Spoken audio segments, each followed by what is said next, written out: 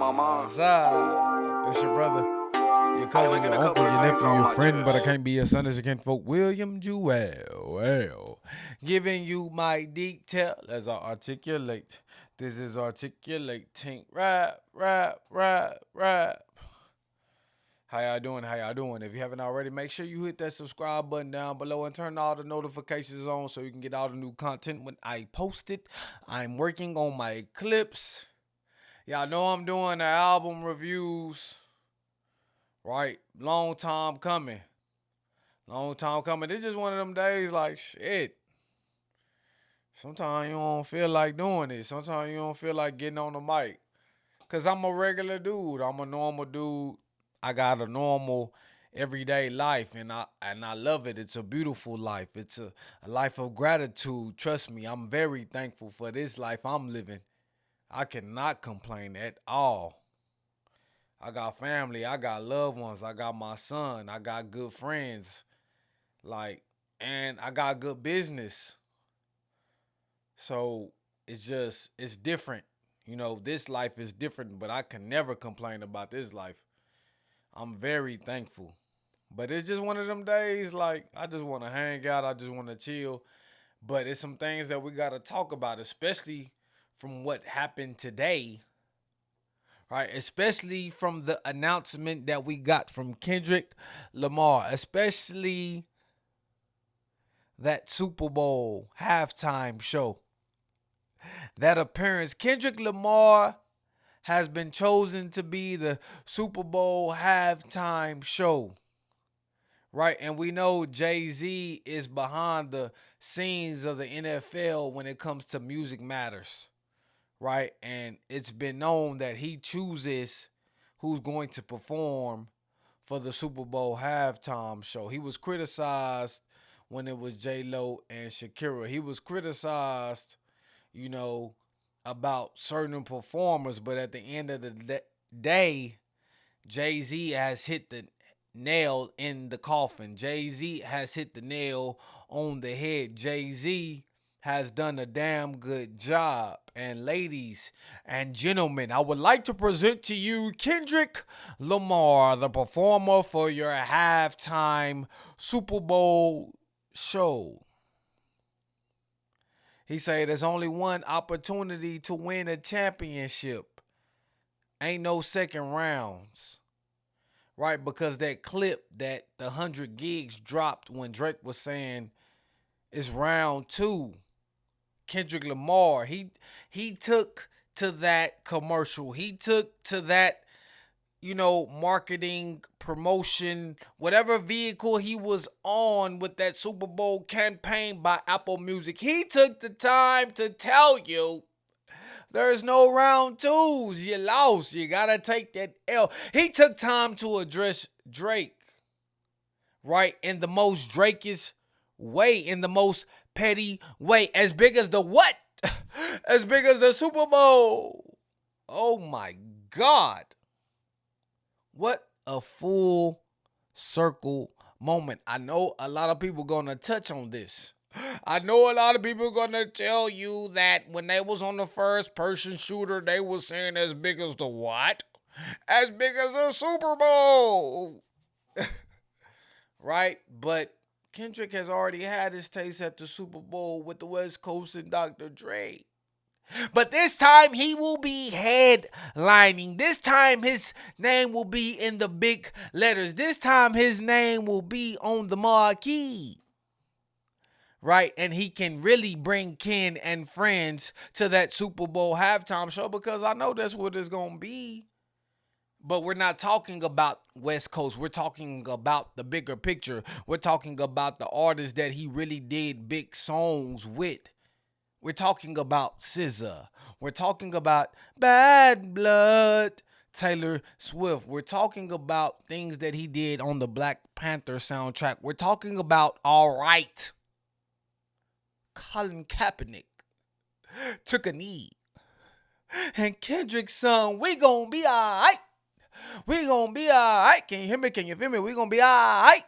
Like, you gotta think about that and the significance and the full circle moment, not just with the Drake as big as the what, but we gonna be all right. And when Colin Kaepernick took that knee, and now that Jay-Z is taking control of the music when it comes to the NFL, like a lot of things, a lot of dominoes have fallen that we're not paying attention to. A lot of things have happened. And now a lot of, people that look like us are in powerful positions. And I mean, the music is the music. Like, that's one thing like we can't deny. The music is the music. And people that look like me, people that look like us really bring that art, really bring that soul, really set the bar, set the standard, and really give you a blueprint and inspiration on how to make music. We can go back to the rock and roll period and what Elvis emulated. We can go back to this generation and see what Eminem emulated. We can go back and see the chokehold that the black community has had on the culture of cool, right? And it's a lot of people that grown up with hip hop. I'm 35 years old.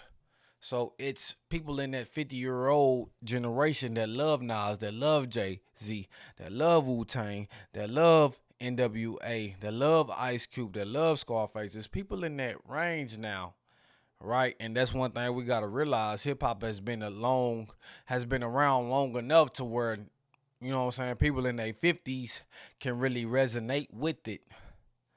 And one thing we know about Kendrick Lamar, we know that his discography is impeccable. Like, his discography is perfect for this type of stage. And like I said, he has so many people, so many big names that he's worked with. You know what I'm saying? And you got to think about how he performs. Right? You got to think about how well he performs, how well he entertains the crowd, how well he just, embodies the soulfulness.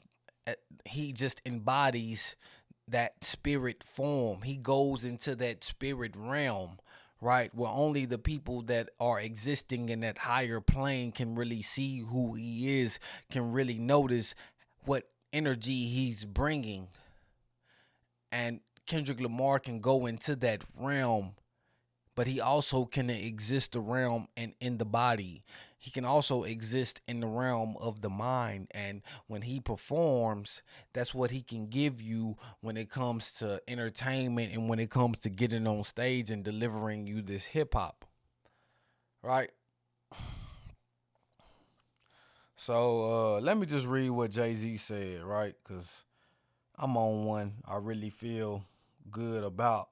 What I'm talking about, and I really feel good about, you know, this decision, because I like Kendrick and I like what he's been doing. I like what he stands for. I like, how he moves. I can't deny that. You know what I'm saying? But I understand why. I understand that he doesn't put out music in a full clip. I understand that he's not as consistent when it comes to making music as the others are. And that's the thing about Kendrick, and that's the mystique, and that's what separates him from the pack, because we know when he does come, he's going to give us a true body of work. And Jay-Z on why he chose Kendrick Lamar to perform. Kendrick is truly a once-in-a-generation artist and performer. His deep love for hip-hop and culture informs his artistic vision. He has an unparalleled ability to define and influence culture globally. Kendrick's work transcends music, and his impact will be felt for years to come. Right? Transcend globally. Right? Artistic vision, unparalleled ability. Unparalleled ability. That means he has an ability that is on a different level than anyone. Right? Transcends. That means he's take things from one space of the universe to a whole nother higher level. Right? And the impact will be felt for years to come. He makes timeless music. Like, the artistic vision, Think about how he performs. Think about how he put things together. Think about the Easter eggs that he's been leaving you in Euphoria, that he's left you in Meet the Grams, that he's left you in the Not Like Us video, that he's left you in Euphoria. Think about the Easter eggs he's left you.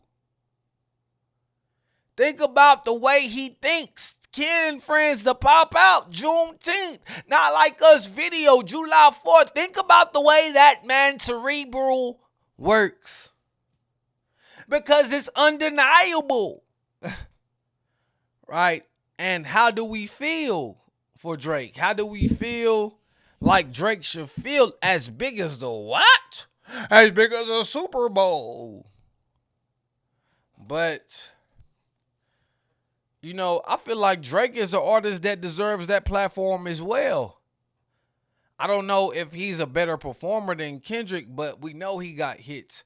We know he could bring people with features. We know he can really bring, a lot of cultures together with his music. Drake can do this also. Right? And if I was Drake, I would see this as a slap in the face. Right? Not just from the industry of the NFL, but the entertainment industry. Like I saw a post earlier, the entertainment industry seems like they're trying to end Drake. Right? They're against Drake and they made it obvious because they're letting Kendrick perform. And not that Kendrick doesn't deserve to perform. And a lot of people are saying the reason why Kendrick is even getting to perform is because he battled Drake. They're giving credit to his success because of who Drake is. Right? Drake, he could be somebody that's doing this as well. He's a big enough artist. He has enough hits. If somebody like Kendrick can do this, Drake can do this. But the only question I have about Drake is, can he really embody, unparalleled ability? Can he really transcend with his performance? What about his artistic vision? Can he really go beyond? And I feel like Kendrick can go beyond. And I know a lot of people are saying Wayne. A lot of people are saying that Lil Wayne should be the one performing at the Super Bowl halftime in New Orleans. A lot of people are saying Lil Wayne. I have to read you what his engineer said about the announcement today, right? I'm trying to be a little bit more, confused, disappointed, angry, period. But most of all, period, inspired, period. Will never again be in a position or have the GOAT in a position where we are at the mercy of someone else's decision. We will make the decisions. And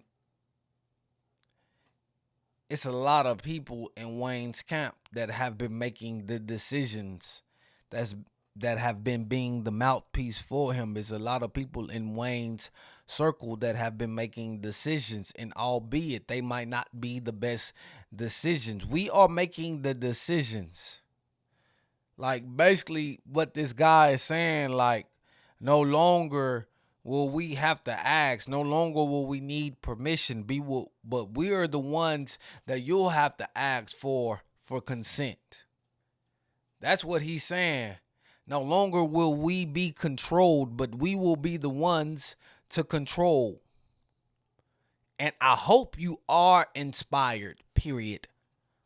I hope you are confused, period. I hope you are angry, period. I hope you're speaking for Wayne, period, because I hope Wayne can get in that studio and deliver the Carter 6. He said he owned the Carter 26, laughing, joking, and he didn't get chose for the Super Bowl performance halftime in New Orleans. Right? So somebody not taking you seriously. Somebody playing with your name, Wayne. Like, come on, bro. Like Lil Wayne, Carter 2 Lil Wayne, Manny Fresh Lil Wayne, Hot Boys Lil Wayne, 500 Degrees Lil Wayne, Fuck the World Lil Wayne. Come on, man. We got to go to quarter 3. We got to go to quarter 5. Quarter 6 is coming. Like Wayne is the New Orleans native. Mesita. You know, that's her baby. We talk like we're from New Orleans. You know, but we're from Texas. But I give y'all a little bit of that New Orleans accent, you know? We talk about the N-O. Man, Weezy, baby. Baby. Lil Wayne, like, he got heat. Lil Wayne is a New Orleans native. 17th Holly Grove Eagle Street. Think about it. Why is Lil Wayne not performing? Because Lil Wayne has been in the game for 30 plus years. Kendrick has only been in this game for 15 at the most.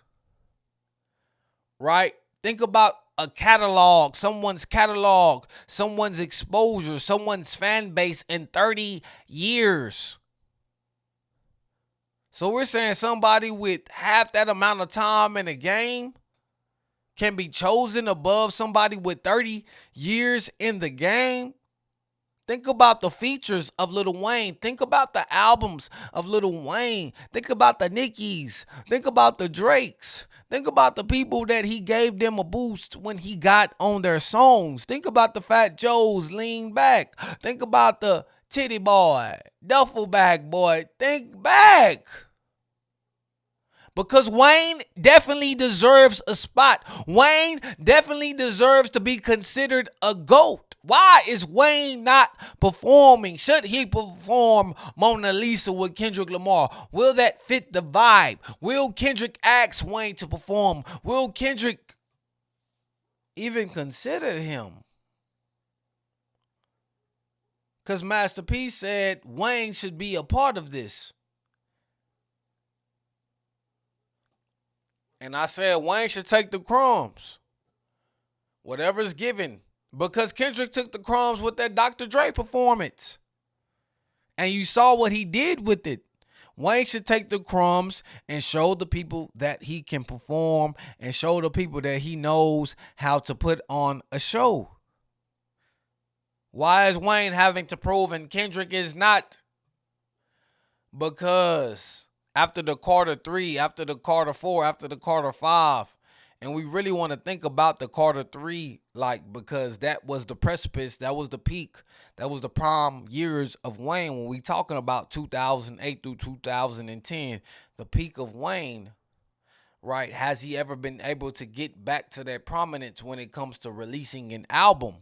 We've heard The Funeral, right? 24 tracks, right? We've heard the Free Weezy album. We've heard different things that he's released. He did Rich the Kid. Like, come on now. Nobody even really talked about that. He did a collaboration with Rich the Kid. No one really spoke about that. But we spoke about his features. And at the end of the day, Wayne has been relevant, but he hasn't given us that body of work since 2008. And when we think about the time, have I ever tell you about the times? You don't want to spend enough quality time with me. When we think about the time, 2008 is when the Carter 3 released. This is 2024. This is 16 years, right? Right, I was 18 back then. Now I'm 34. Like, and so that tells you that I know, like, what that impact was. What I know how people felt about Wayne in that time period. But does he deserve it, man? Wayne deserve it. Fuck it. Wayne is a GOAT. He deserve it. He deserve it over Kendrick. Fuck it. Wayne deserves to be performing above Kendrick Lamar. He should be performing. I love Lil Wayne. Lil Wayne is the GOAT of the generation. We can't underlook Lil Wayne. We can't take him lightly. We got to give him his flowers now. Kendrick Lamar, he's an uprising star. He's great. goddamn catalog is impeccable. It's undeniable. It's probably one of the best in hip hop histories. Kendrick Lamar's catalog when it comes to albums. No one's had a better run. Every album has been classic. And damn, just Wayne. I feel for you, bro. I feel for you. You know, I get it. And it's crazy because I love Kendrick too. So it's hard really to put myself in that predicament, but it is what it is. And I've spoke my piece on it, but LL Cool J, The Force. I gotta speak a little bit piece on that album. Because although I did like that LL was back, although I did like that LL was getting back in this rap form that he was writing, that he was going to give us a body of work, although I appreciate LL as a legend. Although I think highly of LL. When I saw LL's build, shirt off, when I saw that he was muscular, when I saw that he was strong, when I saw that he was a black man, when I saw that people respected him, when I saw him, I wanted to be like that. I wanted to be swole, right? I wanted to be able to lift. I wanted to be able to get muscles. I wanted to be able to be chiseled, lick my lips. I wanted to be able to wear a fitted cap and some Timberlands. I wanted to be able to take my shirt off and feel like I'm in a photo shoot. I wanted to be like LL. When it comes to LL, then you think about 50 Cent. When it comes to 50 Cent, who's this next swole guy in there? You think about me. I'm the next guy. So, you know, all these guys gave us inspiration at our youth when they was fit and when they look good. You know what I'm saying? Strong like an ox. LL 50 Cent. And I listened to Force. And they said that Q-Tip was producing this whole album. And I like the thought of that idea. I heard the song with Fat Joe and Rick Ross. That was a single. The song with Sweetie. That was a single.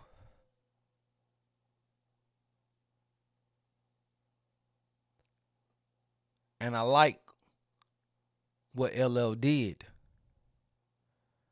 But the production of what Q-Tip gave him, I feel like it couldn't keep me fully engaged.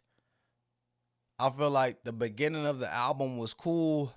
Then once that production sound started to get redundant, once that production sound started to get monotonous, then I kind of checked out. Even the song with Eminem, Murdergram, it kind of took a little bit of energy away from me because that production was very simple, was very skeleton. It was boom bap, it was cool, it was respected, but I feel like LL needed the foundation of that, but he needed a richer sound like what Pete Rock did for Common with the samples, with all those type of things. I don't like what Q-Tip did for LL on this album. Like when we speaking. But when it comes to rapping, when it comes to lyrics, when it comes to performing, I believe LL held this album together as best as he could. I feel like he took a bad choice, a bad path when he chose to get this album produced by Q-Tip alone. And I love our legends. I love Q-Tip. Vibrant thing, vibrant thing, a vibrant thing. He produced for Nas on Illmatic. Like Q-Tip, Tribe Called Quest, Q-Tip. Come on now. I respect Q-Tip. But I just don't think he did LL the justice that he deserved. And so the album was good, right? From a lyrical standpoint, from an energy standpoint, just from a cohesive standpoint, because you had the same producer. The album was good, but I feel like it kind of missed that mark. Like it was more average than it was good. It was more C than it was B. You know what I'm saying? Like so I appreciate LL. and maybe that project will grow on me. Maybe that sound is just a little bit different from what I'm hearing, but I've heard Madlib do it, and gave it a little bit more art. I heard what he did with Freddie Gibbs and Bandana. I've heard what Alchemist did with Boom Bap. I've heard what these Boom Bap producers can do, and I just don't feel like Q-Tip did it justice. So I mean, that's more of my album review. I won't go through songs because when we talk about the production, you know what I'm saying. When we talk about the certain features, at the end of the day, that's a quick, easier synopsis of what I thought about the album. I thought the features were good. I thought Eminem, Sweetie, Rick Ross, Fat Joe, I thought everybody that he had with him did their thing. I think he did his thing. I think he rapped well. Like I said, he performed well, but the production kind of is what dropped this project down from what I could have regarded it as had it had that rich sound. And then we go to the next topic, right? We talk about something else. Yeah, RIP, man. Right. And I hate to say it like that because I am transitioning to another topic. So RIP, man, it sounds so not focused, not as important. But I want to say rest in peace to Rich Homie Quan. Right. And I just want to start it off by like when I saw he was born in 1989, that really shook me. Right, they say he was about to turn 35 on October 4th. That means he was in the class of 2008, you know? Like, that means he was in my graduating class. That means he was born in 1989. Right, I was born in 1989. That means we're the same age. Like, that's the thing. Like, this shit hit me different. We are the same age. I'm 34. I'm a couple months away from my 35th birthday. He was just a month away from his 35th birthday. That shit hit me, man. That shit hurt. Like Rich Homie Quan, bro. You had kids. You had a girl. Like, come on, man. Like, B King, Fat Man Scoop, all these niggas dying. God damn, I'm tired of all these niggas dying. And it just seemed like that shit just don't seem real. Like, because you're not close to them, you're not knowing that their person will be gone forever because you don't see him in your everyday life. But to think about Rich Homie Quan a couple years from now and be thinking like, man, Rich Homie Quan went hard. I'm like, damn, he died a couple years ago. Like thinking about Fat Man Scoop, he ain't living. You know what I'm saying? Just thinking about B King, all the shit he did for Texas. These niggas ain't living no more. Like one was 39, one was 34. Fat Man Scoop 53. Still young. Like my mom is older than 53, so you're still young. Like I can't help it, man. That shit bugged me out. That shit hurt me. And the difference between me and you, I get that money, that money. And the difference between me and you, they don't know what I've been through. They don't know the half. They only know what I tell them. Like, ooh. Like, I remember just in the college days, like, because I was in college 2008 to 2012. When I just think about that college days, racks on racks on racks. You know what I'm saying? At the same damn time, when I heard Rich Homie Quan and Young Thug coming, I felt like Rich Homie was the best one. I thought they was sounding like Future. I thought they was copying Future style, but out of Rich Homie and Young Thug, I thought Rich Homie had the best sound. He had the best quality in his voice, and he had the best ability to make music. And for some reason, Thug surpassed him. Thug did surpass him in fame and musical ability, and then Rich Homie fell back. And in recent years, he started going to, do media. Yeah, Rich Homie was getting a little bit more relevant at that time, and I would say this was about last year. And just you know, understanding like about the fentanyl, understanding about the drugs. Like it was just weed and liquor for me. I didn't really go to that next side. I didn't really try to cross that side of that pill side. But it's just like, bro, you on these pills, man. Like at the end of the day, like these pills be laced. So unless you're getting them from a pharmacist, then I don't think it would be even, what I'm saying, wise to take the chance on it because so many so many of these pills are laced with that fentanyl, and fentanyl is some a crazy strong ass drug that's been killing off people. So it's just sad to hear about Rich Homie, to hear about his passing. The difference between me and you, and they don't know. They only know what I tell them. Man, Rich Homie, man, R.I.P. Like 1989, 89, baby. And Dame Dash, like I was like I look at posts and I look at stuff on social media, so I'm not gonna just credit myself with all this type of knowledge, with all this type of thinking. But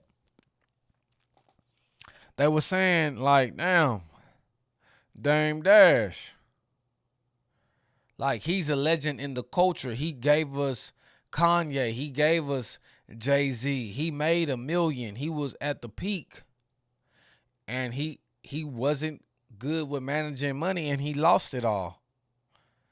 And now he's trying to climb back up. So at the end of the day, you can never like talk bad about him. You can never talk down on him. You can only appreciate him. And I feel like that would be the best way to start this topic because at the end of the day, we can claim Dame Dash from dropping his teeth. We can claim Dame Dash. We can clown Dame Dash from getting on these interviews and saying what he said. And at the end of the day, not panning out for him, proving to be unwise advice. Like we've seen Dame Dash crash out. Maybe not go off the rails, but we've seen Dame Dash say some things on the interview, try to follow suit with it in his actions, and they not work for him. So we seen a lot of Dame Dash's failures, but in the beginning, we only saw Dame Dash for his successes. We only saw Dame Dash with Rockefeller. We only saw Dame Dash with Jay-Z, with Aaliyah, living it up. We only saw Dame Dash as a big CEO, big boss. We only saw Dame Dash as a prominent figure that took control of the culture. We only saw Dame Dash as a CEO, as a talent scout, as somebody that had connectors in the music industry. We only saw Dame Dash as a director, as somebody that made movies. We only saw Dame Dash as a mogul. We saw Dame Dash multi-talented. We saw Dame Dash as one of those guys, similar to Diddy, similar to the record label exec, similar to Lee Orr, similar, right, to Kevin Liles, right? We saw Dame Dash as a Russell Simmons type guy, and along the way, he got exposed, right? Just like his teeth got exposed. He got exposed that he wasn't as well suited for the job as he thought he did. He got exposed because his talk was bigger than his bite. His bark was bigger than his bite. He got exposed. And 50 Cent said on $1 million worth of game, Dame Dash was the only one that was trying to tell him $1 million ain't shit. And he said, I'm from 134th. How you gonna tell me $1 million ain't shit? And Dame Dash ain't got $1 million now. He broke. Like, so we gotta look at those things and we gotta hold Dame accountable. But at the same time, like we gotta show love and we gotta appreciate Dame for what he is and what he stands for and what he's been in this culture. Like, because you gotta give these niggas they flowers while they here, while they still breathing. Because when they gone, we gonna feel some type of way. When they gone, we gonna be like, damn, we should have really showed appreciation to them. You know what I'm saying? When they was here, and I know he's hard to work with. I've never had the experience of working with Dame Dash. I never had the experience of talking with and dealing with Dame Dash. I know he's somebody that's hard to work with. I've heard it through different interviews and different people in the media. I know Dame Dash is a little bit different, but at the end of the day, he is a legend in his own right. And salute to Dak. I just want to end it with that. Salute to Dak. Uh, I did watch the football game of the Cowboys and the Browns. Cowboys won, Browns lost. Deshaun Watson did not look good. You know, Dak, I feel like they got up early and kind of just coasted through most of the game. You know what I'm saying? But you know, Dak was straight. I don't think he was great, but he didn't turn the ball over. He protected the ball. And he just played efficient as he could at, you know what I'm saying? Because Cleveland was the number one offense coming in from last year. So, you know, what they did was commendable. And Deshaun Watson, it's just, and I don't think he just played trash. I think Dallas defense in that pass rush got to him, but I don't think he had two interceptions. I don't think he'll ever, and will he ever get back to the Deshaun Watson before he got traded to the Browns. I think that's the real conversation. Before he got those massages, before they had to sign those NDAs, before he got his booty hole played with in Houston, Texas. So, man, I don't know if Deshaun gonna return to prominence. And Deshaun is a guy like black quarterback. Like before he got into all this trouble with the masseuses, you know what I'm saying? Deshaun was known to be a great man of integrity, a great man of valor, honor, just a great man. He never got in trouble until this happened. So it's just hard to like see what he's done and look at what he's doing now in the NFL and at the same time not have some type of pity on this brother. And not pity, like as far as I feel sorry for him, he's making $1 million. He signed a $230 million guaranteed. Now Dak has got $230 million guaranteed with a $240 million 4-year contract with $60 million per year.